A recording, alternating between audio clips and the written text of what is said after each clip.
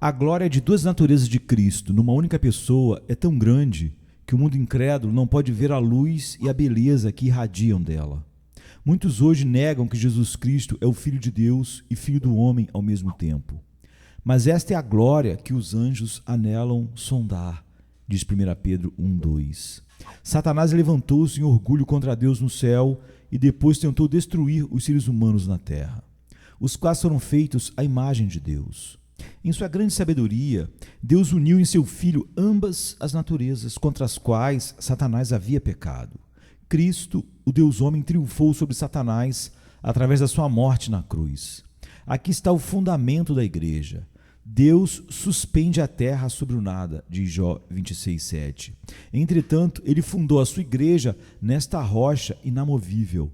Tu és o Cristo, o Filho do Deus vivo. Mateus 16:16. Este glorioso fato é mencionado em Isaías 9:6. Porque um menino nos nasceu, um filho se nos deu, e o principado está sobre os seus ombros, e o seu nome será Maravilhoso, Conselheiro, Deus Forte, Pai da Eternidade, Príncipe da Paz. Assim como o fogo estava na sarça que Moisés viu, igualmente a plenitude da deidade habitava corporalmente em Cristo, que foi feito carne e habitou entre nós, como está em Êxodo 3:2, Colossenses 2:9 e João 1:14. O eterno fogo da natureza divina habitou na sarça da frágil natureza humana, contudo, a natureza humana não foi consumida. Então vemos a benevolência daquele que habitava na sarça, dirigida a nós, pecadores, como está em Deuteronômio 33:16. Da mesma forma que foi dito a Moisés para tirar as suas sandálias, nós também devemos tirar de nossos pensamentos todos os desejos e imaginações que procedem da nossa natureza humana decaída, para que pela operação da nossa fé possamos ver a glória de Jesus Cristo.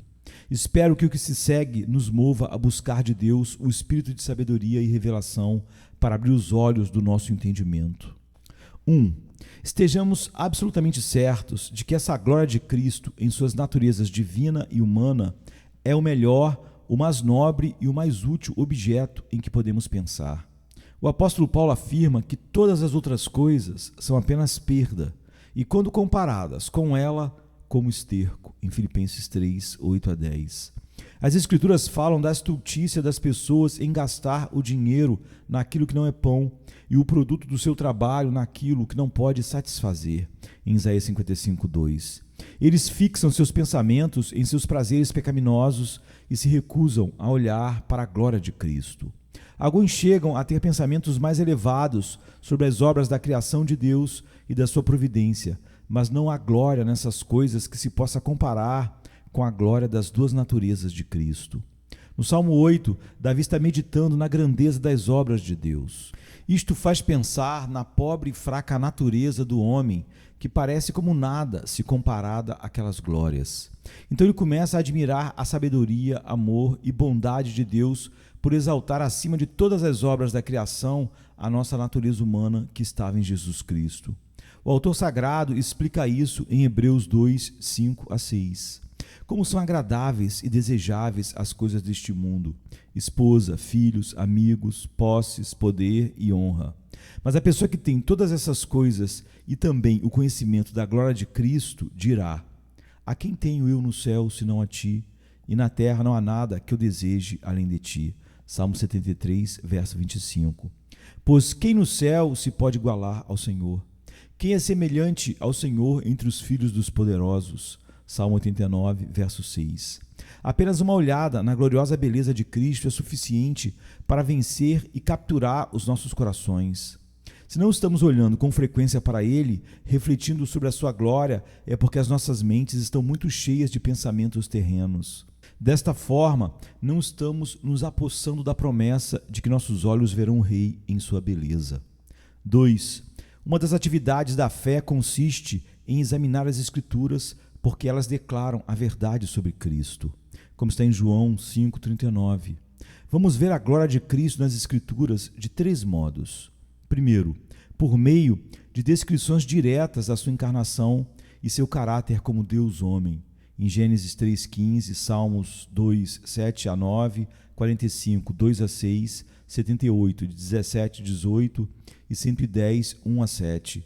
Isaías 6, de 1 a 4, Isaías 9, 6, Zacarias 3, 8, João 1, de 1 a 3, Filipenses 2, de 6 a 8, Hebreus 1, de 1 a 3, 2, de 4 a 16 e Apocalipse 1, 17 e 18.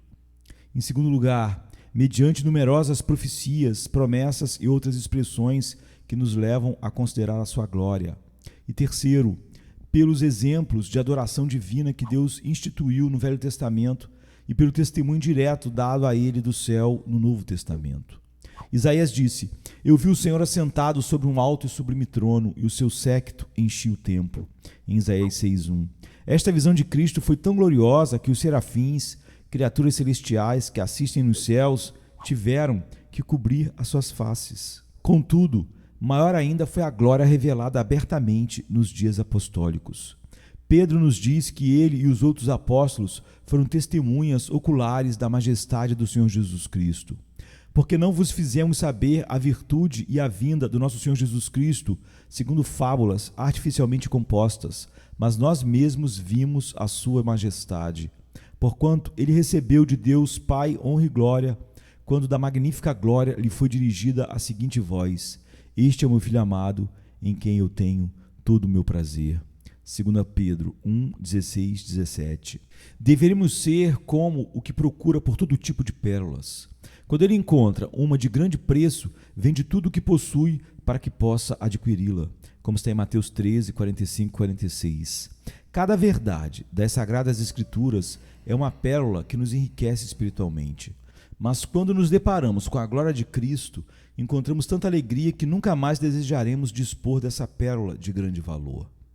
O glorioso da Bíblia é que agora ela é a única forma tangível de nos ensinar sobre a glória de Cristo. 3. Devemos meditar frequentemente sobre o conhecimento da glória de Cristo que obtemos da Bíblia. As nossas mentes devem ser espirituais e santas, libertas de todos os cuidados e afeições terrenas. A pessoa que não medita agora com prazer na glória de Cristo nas Escrituras não terá nenhum desejo de ver aquela glória nos céus. Que tipo de fé e amor têm as pessoas que acham tempo para meditar sobre muitas outras coisas, mas não têm espaço para meditar neste assunto glorioso? 4.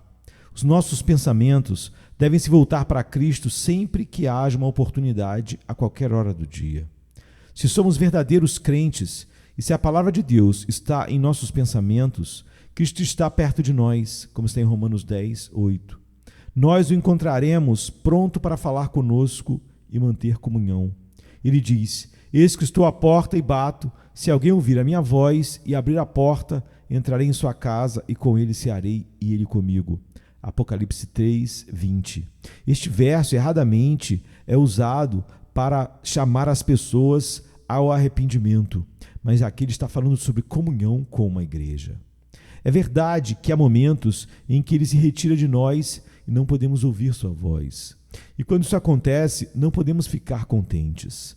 Devemos ser como a noiva no Cântico de Salomão 3, de 1 a 4. De noite busquei em minha cama aquele a quem ama a minha alma. Busquei-o e não achei. Levantar-me-ei, pois, e rodearei a cidade, pelas ruas e pelas praças. Buscarei aquele a quem ama a minha alma. Busquei-o e não o achei. Acharam-me os guardas que rondavam pela cidade. Eu perguntei-lhes: Vistes aquele a quem ama a minha alma?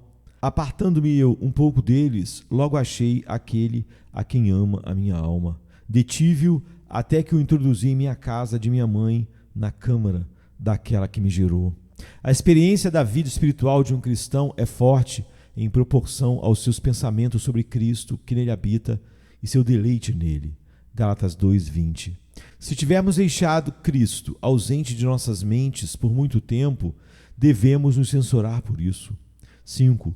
Todos os nossos pensamentos sobre Cristo e sua glória devem ser acompanhados de admiração, adoração e ações de graças. Somos convidados a amar o Senhor com toda a nossa alma, mente e força. Marcos 12, verso 30.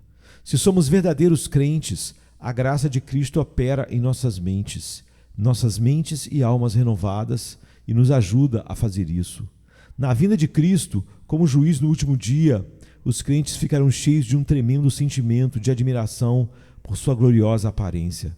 Quando vier para ser glorificado nos seus santos e para se fazer admirável naquele dia em todos os que creem. 2 Tessalonicenses 1:10.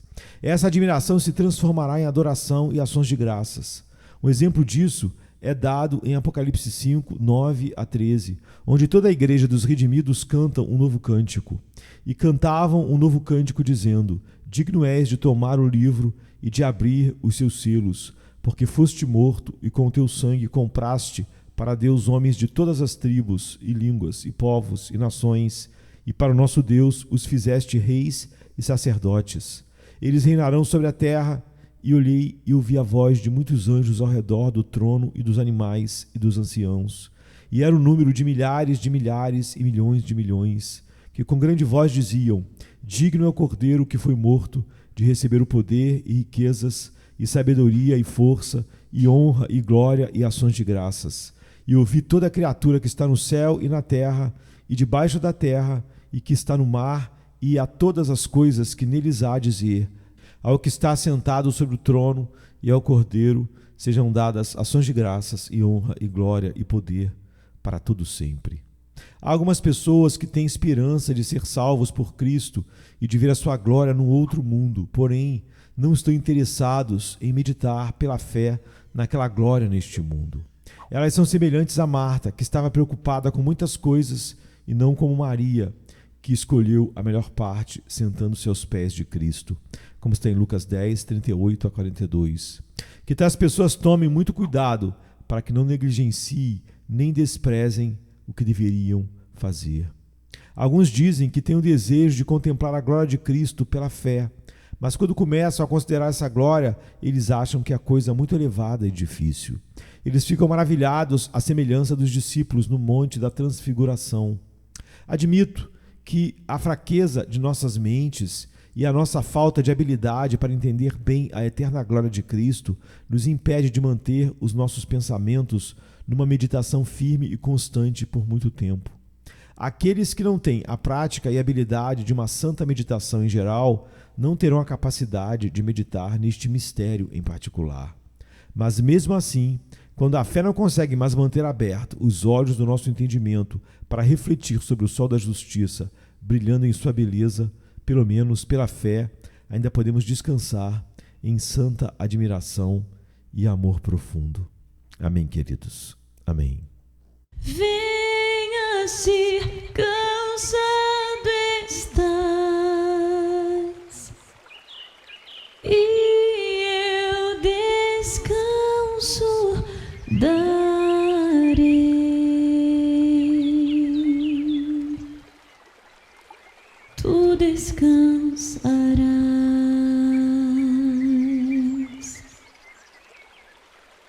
Venha a mim se não tens paz, e eu darei paz sem fim. Terás paz sem fim.